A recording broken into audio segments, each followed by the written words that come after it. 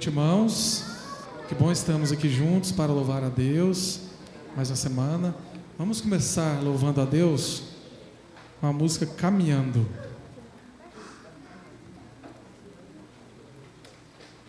(490) o número do inário.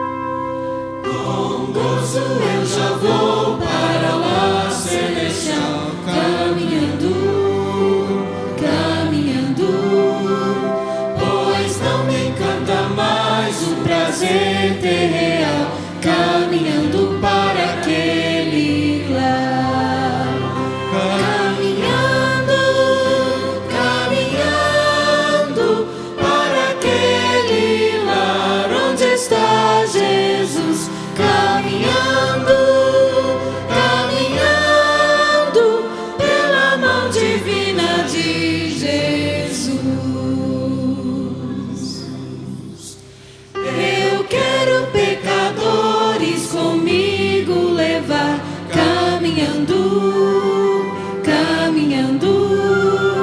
Em Cristo possam eles a paz encontrar, caminhando para aquele lar, caminhando, caminhando para aquele lar onde está Jesus, caminhando, caminhando pela mão divina de Jesus. Com Cristo meu Senhor para sempre estarei, caminhando, caminhando, seu nome eternamente então louvarei, caminhando sim naquele lar, caminhando, caminhando para aquele lar onde está Jesus, caminhando, caminhando pela mão divina de Jesus.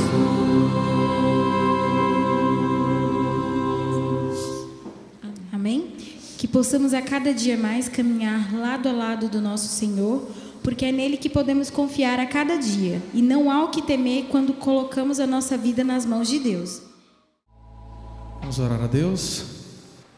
Bom Deus que estás nos céus, que bom, meu Deus, sabemos que não precisamos temer, que o Senhor sempre está conosco, ao nosso lado, nos guiando nas dificuldades da vida e nos levantando quando caímos. Que o Senhor nos dê agora um bom culto, que a Tua palavra toque o nosso coração, dá-nos também uma boa semana, por Jesus. Amém. Isso aí, boa noite a todos. Agora é o nosso momento da oferta, né? Quem aqui é visitante ou não sabe como é que funciona, nós temos ali ao lado o nosso receptáculo, ofertório, no qual você pode deixar a sua oferta, certo? É uma oferta destinada especialmente à reforma da nossa igreja. Você pode olhar às vezes para cima e perceber que nós já estamos com algumas peças faltando, né? Já começamos a retirar os ar-condicionados e estamos indo ao quase último passo de passar o nosso culto para a quadra e derrubar o que tem aqui dentro. Então, reformar, sim. Então, caso você queira ir agradecer de forma especial a Deus, esse é o momento de ofertar e você vai então àquele ofertório deixar a sua oferta enquanto cantamos.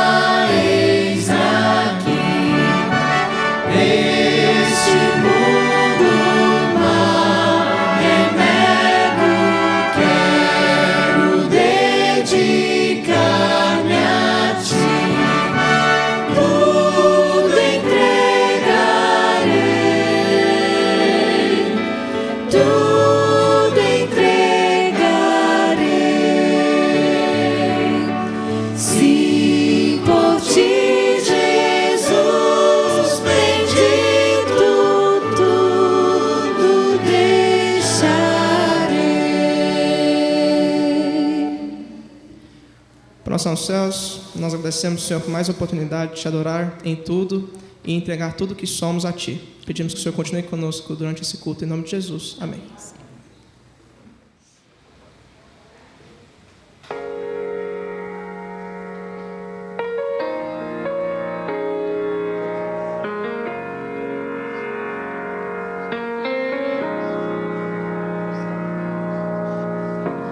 Mãos vazias e um coração despedaçado de tristeza e de dor, pés descalços, o caminho é longo a seguir.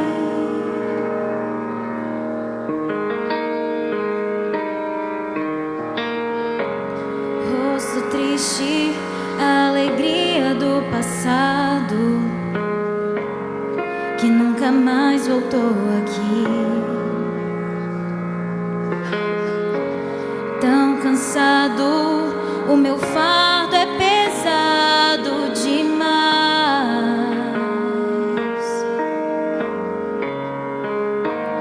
O que darei a Ti, Senhor? O que darei pra Te agradar? Essas feridas e marcas são tudo que tenho pra dar. O que darei?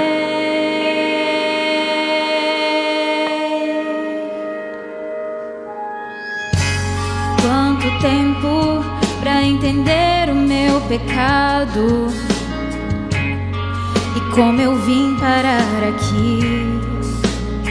Oh, derrotado, eu não tenho mais para onde ir.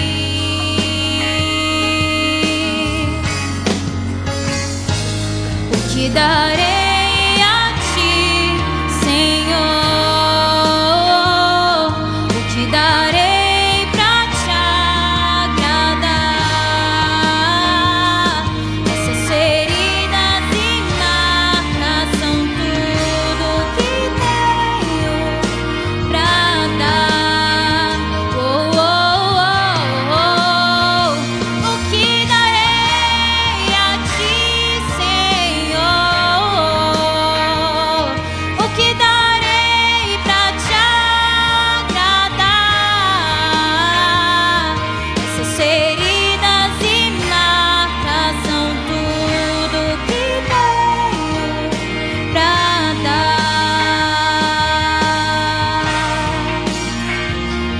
Essas feridas e marcas são tudo que tenho pra dar. O que darei?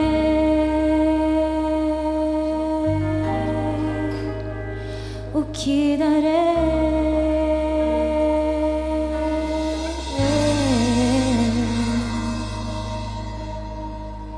Amém.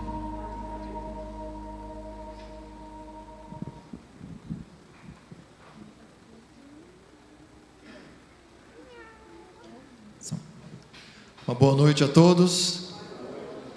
Como é bom podermos estar novamente reunidos para juntos estudarmos um pouquinho da palavra de Deus. E que bom que você veio, que bom que você não foi comemorar o empate do Brasil pelas ruas, né? Você escolheu estar no melhor lugar do mundo. Futebol é um entretenimento e nessa época do ano a gente acaba se envolvendo, mesmo sem querer, né? Pelo menos a cada 4 em 4 anos a gente acaba se envolvendo. Mas que bom que você deixou lá os comentários de lado e veio estar aqui para aprender um pouco mais da palavra do nosso Senhor. Pastor Vinícius manda lembranças a todos. Ele está participando de um evento da igreja, não pôde comparecer. Semana que vem nós iniciaremos uma nova série. Você que tem acompanhado as séries, vocês aqui no nosso auditório, vocês aí de casa que têm acompanhado as séries que são realizadas aqui na nossa igreja. Semana que vem começa uma nova série. E você está convidado para estar aqui ou para nos assistir da sua casa. Hoje eu gostaria de conversar com vocês algo que ao longo dos anos, principalmente desses últimos anos, tem falado diretamente ao meu coração. Eu já sou adventista há 30 anos, um pouquinho mais de 30 anos.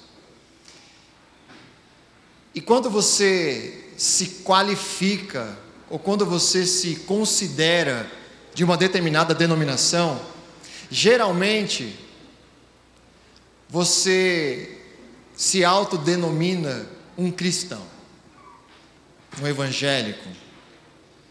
E quando você se denomina um cristão evangélico, você está se preparando para algo que você crê que essas religiões têm apresentado ao decorrer dos anos, e você coloca essas convicções no seu coração, e você tem tentado levar uma vida segundo aquilo que você acredita que é certo. E não é diferente comigo. Eu sou um cristão, eu sigo um Jesus, um Cristo vivo, que está intercedendo por mim nos céus, mas enquanto Ele não volta para me buscar, como eu vivo? Ou como eu deveria viver aguardando a volta dEle? Como deveria ser a minha vida prática cristã, já que eu me autodenomino um cristão? E olha, não tem sido fácil não, viver uma vida cristã. São tantos desafios que o mundo nos coloca, tantos obstáculos, e nós tentamos e vamos dali, vamos daqui, e às vezes não conseguimos alcançar aquilo que seria o ideal de uma vida cristã. O que eu tenho estudado nesses últimos anos é que viver uma vida cristã é muito mais fácil do que parece. Às vezes nós complicamos algo que Jesus deixou tão simples para vivermos. Todos nós, eu não tenho dúvida nenhuma, todos nós que aqui estamos, todos aqueles que estão nos assistindo, nós buscamos viver uma vida aqui em plena conformidade com aquilo que Deus quer, porque um dia Jesus vai voltar e eu quero ir para o céu. Pedir para você levantar a mão, para quem quer ir para o céu, acho que não precisa, é desnecessário. Eu tenho certeza que independente da sua mão estar erguida, o seu coração clama, eu quero ir para o céu. Ok, Jesus ainda não voltou. O céu, ele é real, mas ainda não faz parte da nossa vida como nós imaginamos que um dia será. Mas ele pode fazer parte da nossa vida hoje. Eu preciso apenas entender como devo viver aqui o céu que eu espero um dia na eternidade. E a Bíblia nos apresenta isso de uma forma bem clara. A Bíblia mostra que para nós vivermos uma vida cristã aqui, nos preparando para a eternidade, é algo muito mais simples do que parece. Nós precisamos apenas entender alguns conceitos básicos. E quando você pega a sua Bíblia,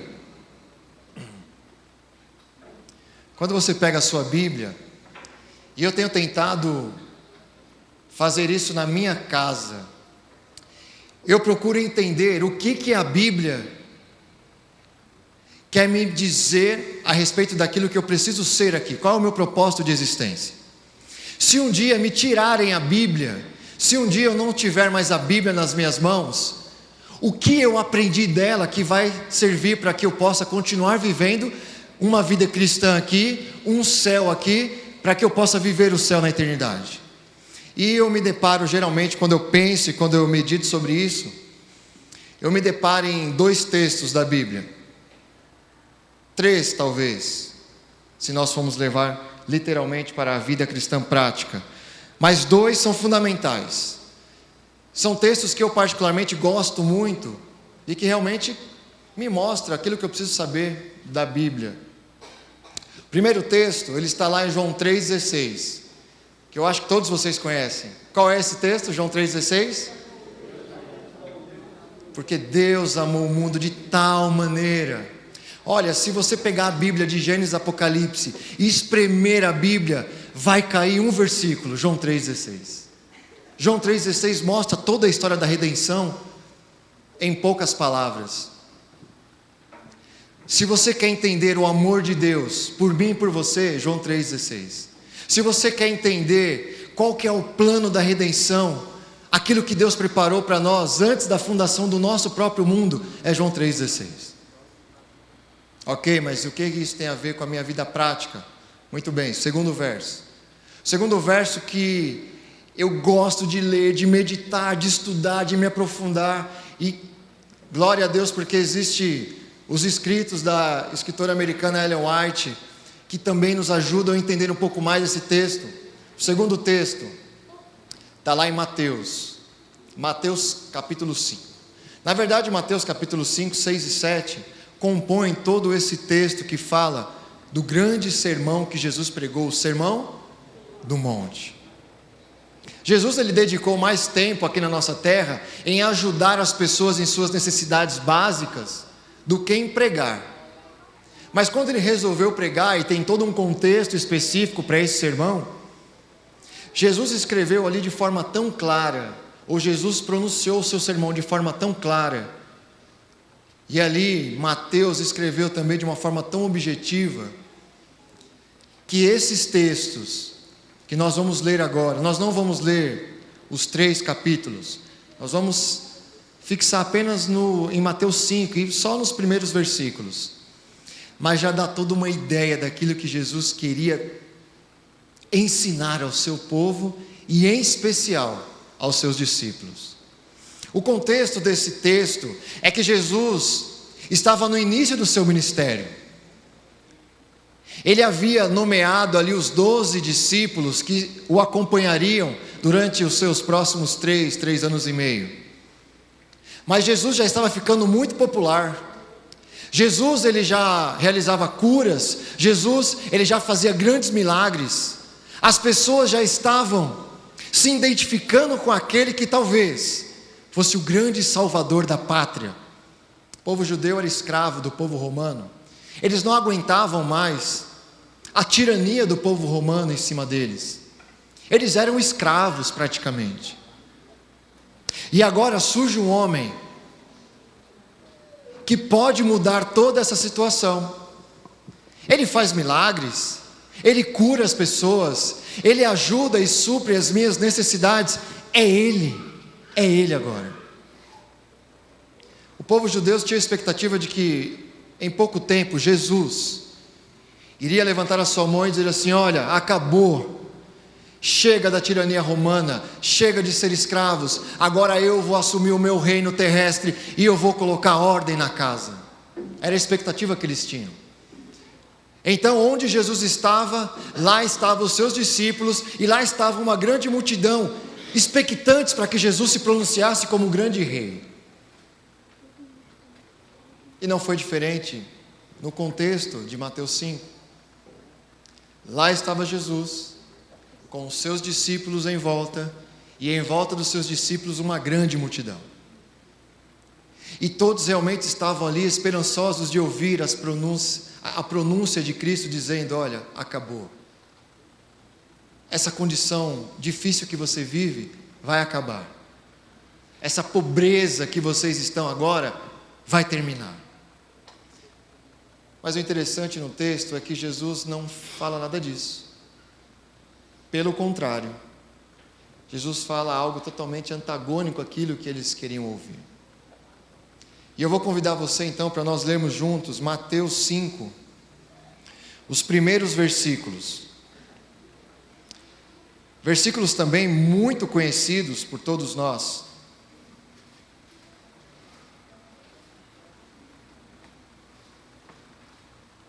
Mateus capítulo 5, antes de nós lermos, deixa a sua Bíblia aberta aí, por favor. Feche seus olhos, vamos orar novamente ao Senhor. Senhor Deus, muito obrigado pelas tuas muitas bênçãos. Muito obrigado porque estamos aqui na tua casa de oração para estudarmos um pouquinho da tua palavra, Senhor. Que ela fale aos nossos corações. Que o Senhor possa derramar sobre nós o mesmo Espírito que inspirou os escritores da Bíblia a nos dar agora a compreensão dela, e daqui saímos fortalecidos pelo teu poder, Senhor. Nos perdoe, ó Pai, por nossas falhas e pecados. Não deixe com que eles nos afastem de Ti, nos separe de Ti nesse momento. Obrigado porque a Sua presença já foi sentida entre nós e que ela permaneça conosco, Senhor. Tudo isso nós te pedimos em nome de Jesus. Amém. Vamos ler então do versículo 1 em diante. Mateus 5, versículo 1 em diante diz assim: Vendo Jesus as multidões, subiu ao monte, e como se assentasse, aproximaram-se os seus discípulos, e ele passou a ensiná-los, dizendo: Bem-aventurados os pobres de espírito, porque deles é o reino dos céus. Bem-aventurados que choram, porque serão consolados. Bem-aventurados os mansos, porque herdarão a terra. Bem-aventurados que têm fome e sede de justiça, porque serão fartos. Versículo 7. Bem-aventurados os misericordiosos, porque alcançarão misericórdia. Bem-aventurados os limpos de coração, porque verão a Deus. E bem-aventurados os pacificadores, porque serão chamados filhos de Deus.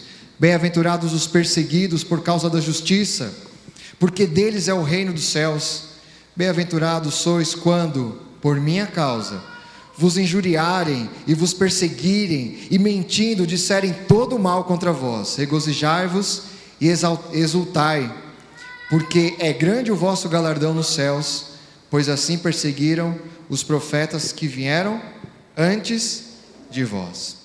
Olha só que interessante, o povo está ali aguardando o pronunciamento de que toda a tirania romana iria terminar. A escravidão acabaria, eles seriam um povo livre, e agora eles teriam um rei soberano que tem poder divino nas mãos. Mas Jesus começa dizendo assim: olha, felizes são aqueles, bem-aventurados são aqueles que são pobres de espírito. Bem-aventurados são aqueles que são pobres de espírito. Talvez quando o povo ouve essas palavras e todo o restante do Sermão do Monte, olha, se alguém, presta atenção aqui, ó, se alguém der um tapa no seu rosto, sabe o que você deve fazer? Virar a face para que ele dê também na outra. Se alguém roubar a sua capa, não questione, dê também a sua túnica. Olha, alguns dizem que você deve amar as pessoas que te amam. Isso é fácil demais. Eu digo a vocês: amem aqueles que não amam vocês. Amem os seus inimigos. Olha só o que Jesus diz para um povo que não quer ouvir isso. Um povo que quer ouvir o contrário. Olha, agora acabou. Não leva desaforo para casa não, porque eu estou no controle. E se alguém mexer com vocês, mexeu comigo. E agora Deus diz assim, e Jesus diz assim: olha, vocês são felizes se vocês são pobres de espírito. Mas o que é ser feliz? Todos nós queremos ser felizes. Mas o que é ser feliz nesse mundo? Mesmo no contexto onde se encontrava Jesus, há 2000 anos atrás, felicidade naquela época é a mesma felicidade que você e eu buscamos. Mas eu pergunto, o que é ser feliz? O que é felicidade para você? Nós temos várias definições, talvez nos dicionários, né? Definições semânticas, definições de convenções sociais. Felicidade é você ser amado, felicidade é você ter, felicidade é você ser. Mas a Bíblia apresenta uma outra felicidade que não tem nada a ver com isso que nós imaginamos. A Bíblia apresenta uma felicidade que transcende as nossas circunstâncias, independente daquilo que eu tenho ou deixo de ter, independente de eu estar feliz ou triste, a Bíblia apresenta uma felicidade. E essa felicidade, depois que ela é compreendida, ela muda vidas. Porque ela não depende daquilo que você faz, mas ela depende daquilo que Jesus faz por nós. Felicidade na Bíblia é você ser o objeto da atenção, do favor e da graça de Deus. Se você é o objeto da atenção, do favor, da graça de Deus, parabéns, você é feliz. Independente de você ser rico ou pobre, independente de você ter uma mansão, a sua casa for uma casa simples, felizes são aqueles que são objetos da atenção, do favor e da graça de Deus. É importante entendermos o contexto em que Jesus se encontra também, naquela época, onde ele nasceu. Naquela época haviam várias classes religiosas que disputavam a atenção do povo de Israel. Haviam os saduceus, haviam os fariseus, os escribas, e eles tinham um conceito de quem era feliz. Para eles, ser objeto da atenção, do favor e da graça divina era guardar todas as leis, quem sabe? E os fariseus, eles eram especialistas nisso.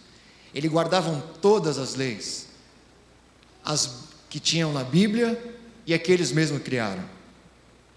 Então, se existe um povo aqui nessa terra que é o objeto da atenção, do favor e da graça de Deus, esse povo somos nós, os fariseus, eles diziam. Existiam também os ricos e abastados. Eles falavam assim: olha, se existe um povo que é o objeto da graça, do favor e da atenção de Deus, somos nós. Porque se nós temos posses, é porque nós somos abençoados.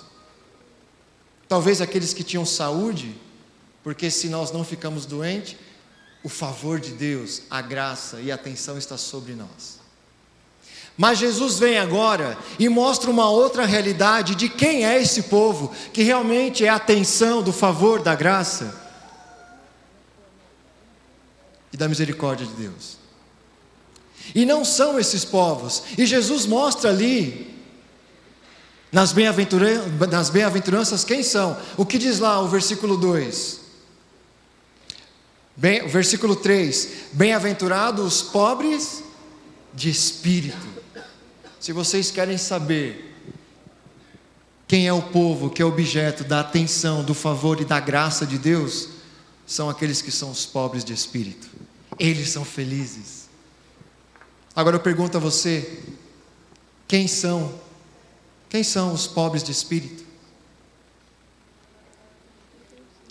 Talvez em todas as eras, seja nos nossos dias ou no passado, pobre, a definição de pobre é a mesma. Pobre é aquele que não tem condições de se sustentar sozinho. Ele depende do favor de outras pessoas. Ele não tem condições de colocar comida no seu lar. Ele não tem condições de colocar o filho em uma escola, talvez, porque ele é pobre. Pobre sempre foi pobre, sempre será pobre. A palavra em sua essência, pobre, será pobre, representará a pobreza em todas as eras. Mas Jesus não diz só assim: olha, felizes são os pobres. Mas ele fala assim: felizes são os pobres de espírito. E quando ele coloca os pobres de espírito, ele inclui a todos que querem um dia estar na eternidade, como eu e você. E quem são esses então que são os pobres de espírito? Quem se encaixa ou se qualifica dentro desse grupo de pessoas? Vou tentar explicar aqui para vocês de uma forma bem rápida. Você já tentou orar à noite como Pedro, e aí você dormiu no meio da oração? Você já tentou, como Zaqueu, parar de fazer aquilo que era errado, mas você não tinha forças? Talvez você, como Maria Madalena, já tentou deixar aquele pecado que você cai e você levanta, e você cai e você levanta, mas você continua caindo? Quando a Bíblia apresenta felizes são aqueles que são pobres de espírito, ele está dizendo assim: ó, felizes são aqueles que reconhecem que não podem, que não basta, que não importa aquilo que ele faça, ainda é insuficiente para alcançar a graça, o favor e a misericórdia de Deus. Se você, assim como eu, reconhece que temos dificuldades para sermos vitoriosos aqui nesse mundo, para vencermos o mal, vencermos o pecado, se você reconhece que você não pode nada, você não tem forças, você faz parte da atenção, do favor e da graça de Deus. Amém? Existe um texto que eu gosto muito também, que tenta, é uma historinha na verdade, uma parábola, que tenta resumir essa história toda. Está lá no livro de Lucas. Abra lá sua Bíblia, por favor. No livro de São Lucas, ou Lucas. Vamos ler capítulo 18, versículo 9.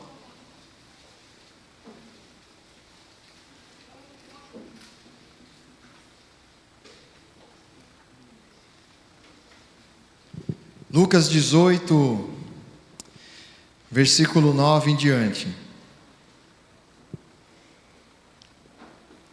Na minha versão diz assim: propôs também esta parábola a alguns que confiavam em si mesmos, por se considerarem justos e desprezavam os outros. Existe também aqui um estudo teológico sobre esse versículo muito interessante. Não vai dar tempo a gente explicar agora, mas quando o escritor aqui, Lucas, diz assim: olha, para aqueles que confiavam em si mesmos, por se considerarem justos e desprezavam os outros.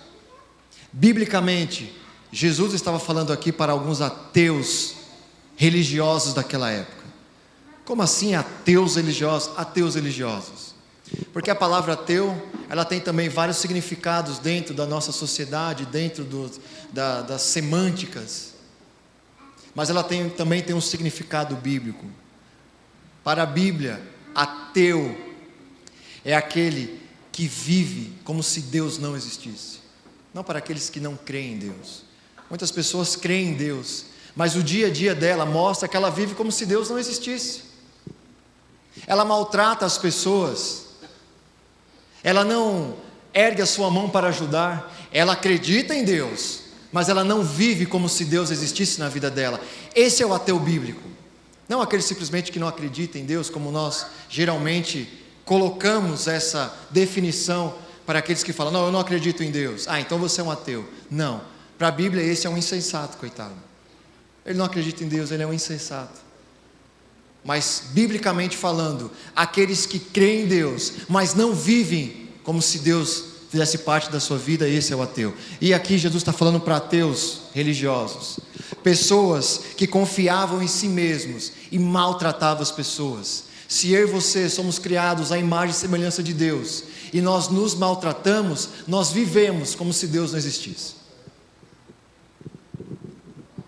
O que será que Jesus contou para eles? Versículo 10 diz assim, Jesus dizendo: olha, 2 homens subiram ao templo com o propósito de orar. Um era fariseu, o outro era publicano. O fariseu, posto em pé, orava de si para si mesmo desta forma: ó Deus, graças te dou, porque não sou como os demais homens, roubadores, injustos, adúlteros, nem ainda como esse publicano. Jejuo 2 vezes por semana e dou o dízimo de tudo quanto ganho. O publicano, estando em pé, longe, não ousava nem ainda levantar os olhos para o céu, mas batia no peito dizendo: ó Deus, sê propício, tenha misericórdia de mim, que sou pecador. Jesus conclui dizendo assim: digo-vos que este último desceu justificado para a sua casa, e não aquele, porque todo aquele que se exalta será humilhado, mas todo aquele que se humilha será exaltado. Jesus conta essa história para esse grupo religioso que achava que o favor, o cuidado, a graça de Deus estava sobre eles, porque eles guardavam as leis, eles eram aqueles que eram os detentores da verdade. E Jesus diz assim: olha, haviam 2 homens, um orava de si para si mesmo: Senhor, eu não sou como esses demais homens, muito menos como esse publicano aqui, eu não roubo, eu não adultero, eu dou o dízimo, jejuo 2 vezes por semana. Agora esse homem, esse cobrador de impostos, eu falei aqui o que era fariseu, o publicano era talvez menosprezado, porque além de fazer parte do povo, ele servia aos romanos de uma forma ainda corrupta.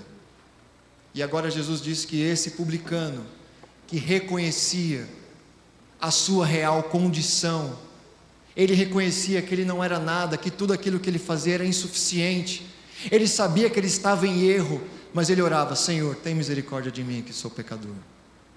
E Jesus diz assim: olha, este subiu para casa justificado, não aquele, porque quem se exalta será humilhado, e quem se humilha diante do Senhor será exaltado.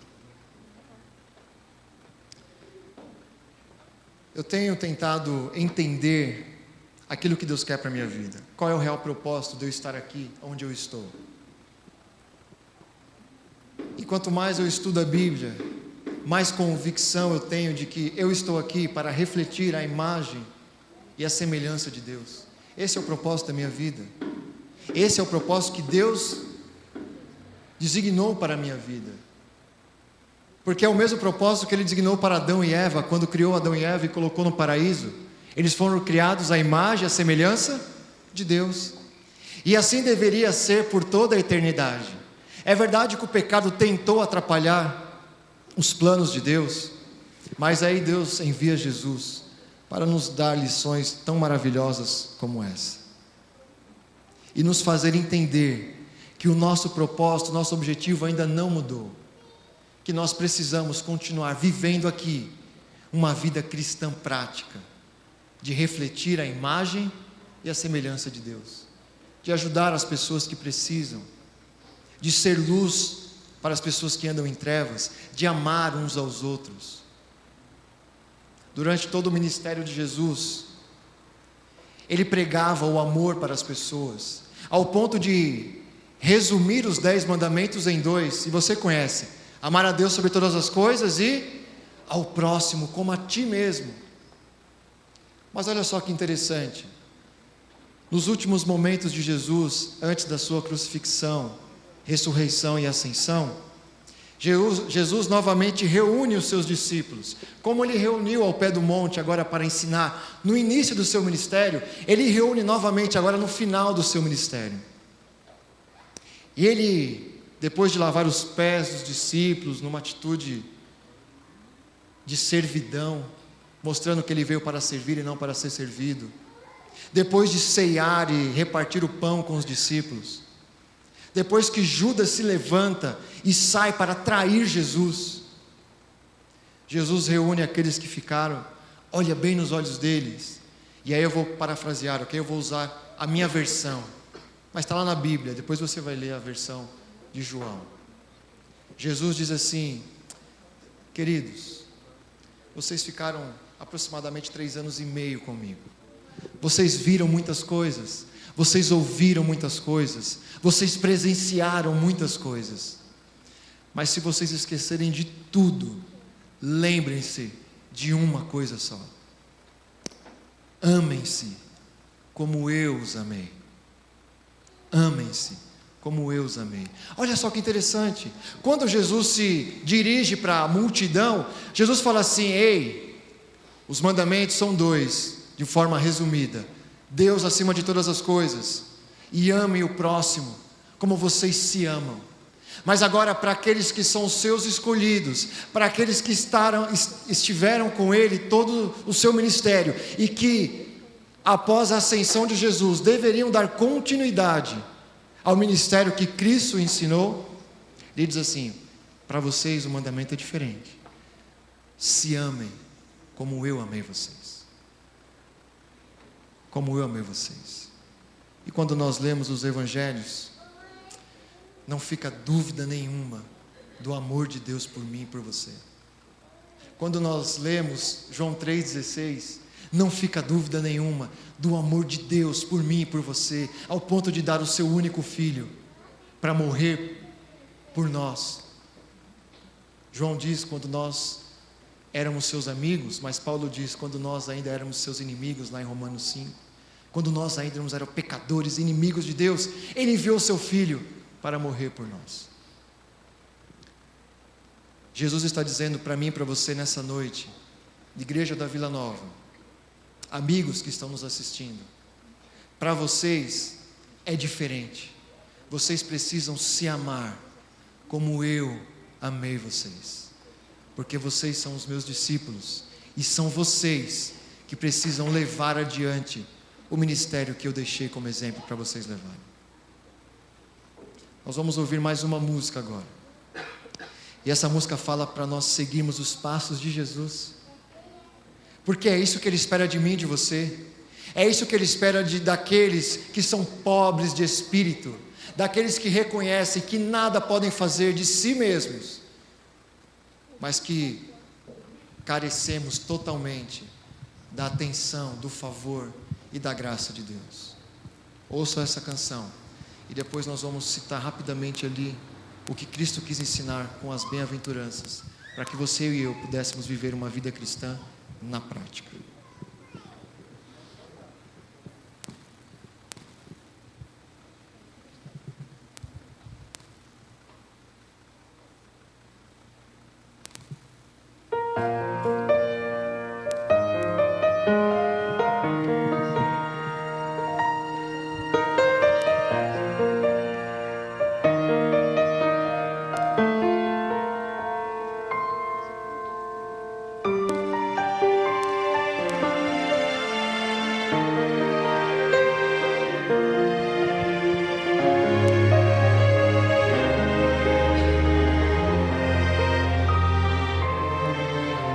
Preciso acreditar em Deus.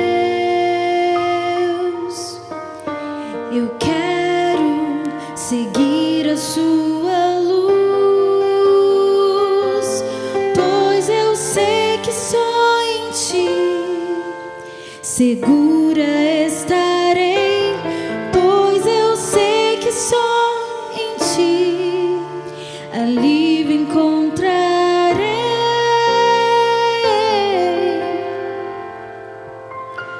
Vou seguir os passos de Jesus, vou andar cumprindo a tua lei, e que a cada dia muitos possam ver que Jesus vive em mim.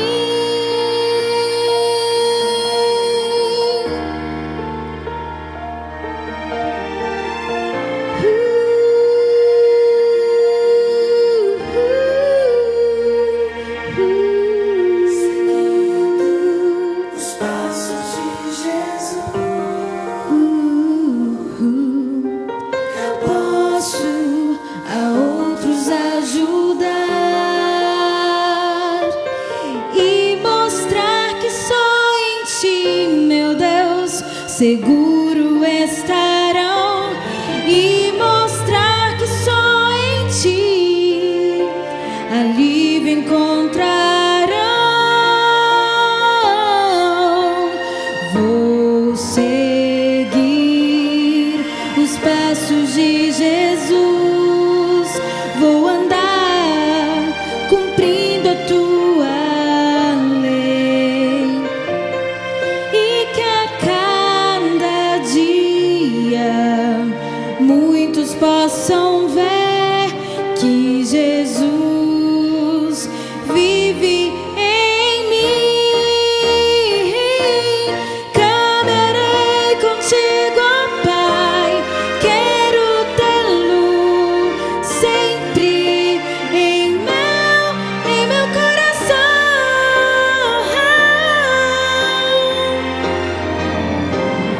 Vou seguir,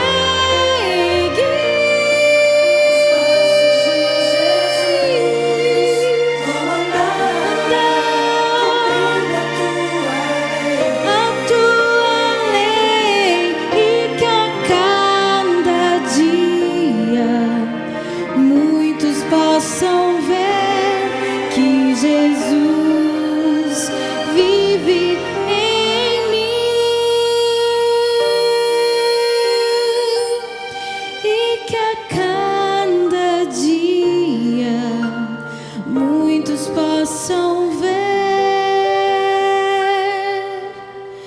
que Jesus vive em mim. Em mim.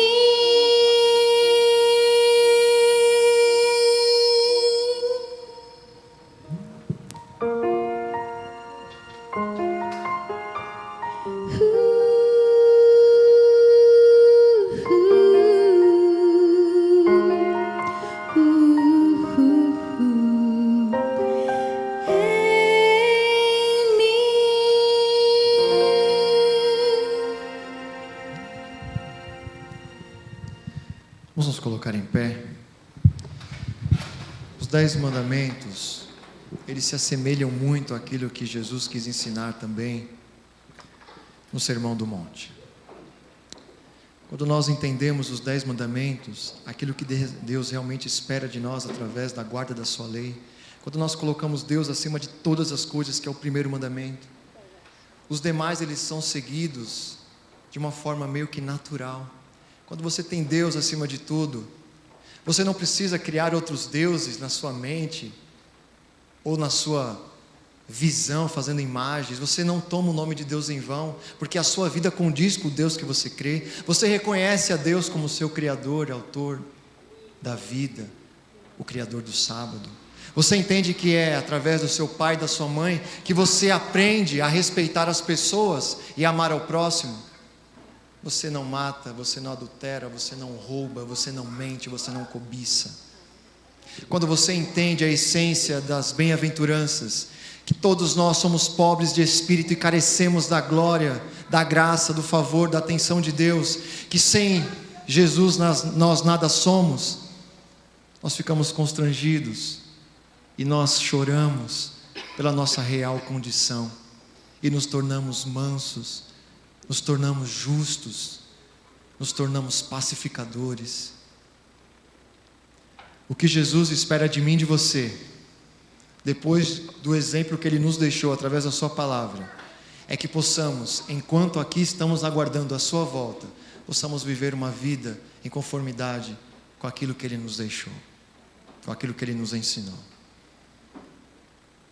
Feche seus olhos, vamos orar. Senhor Deus, muito obrigado porque a Tua palavra é clara, Senhor, em nos mostrar aquilo que o Senhor espera de cada um de nós. O Senhor nos criou, Senhor, há muito tempo atrás, há mais de 6.000 anos atrás. O Senhor nos criou para refletirmos a Tua imagem, a Tua semelhança. E hoje o que o Senhor espera de nós não é diferente, Senhor, mesmo com a entrada do pecado. O que o Senhor espera de mim, o Senhor espera de cada um de nós, é que possamos viver aqui na terra uma vida que reflita a Tua imagem, a Tua semelhança.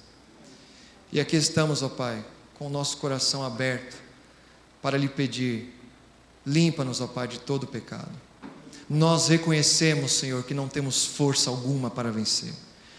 Nós reconhecemos, ó Pai, que somos pobres de espírito e carecemos da Sua atenção, do Seu favor e da Sua graça, Senhor. Nos ajude a colocar em prática todos os nossos ensinamentos. No finalzinho do Sermão da Montanha, o Senhor falou isso: aqueles que ouvem a minha palavra e não colocam em prática, são como aqueles que constroem casas em terrenos de areia. Nos ajude a construir, ó Pai, a nossa casa em terreno sólido. Nos ajude a viver aquilo que temos aprendido, a ponto das pessoas olharem para nós e glorificarem o Teu nome, Senhor, por aquilo que nós representamos aqui, a Ti, aqui na terra. Dai-nos uma semana de vitórias. Leva-nos em paz e segurança até os nossos lares. É o que nós lhe pedimos e agradecemos em nome de Jesus. Amém, Senhor, amém. Uma ótima noite a todos e uma boa semana.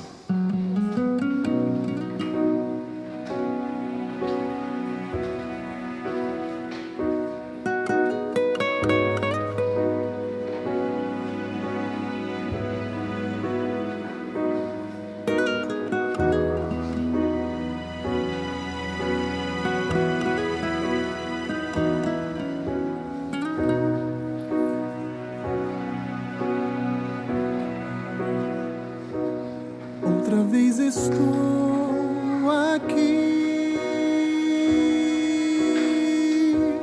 para confessar-me a Ti.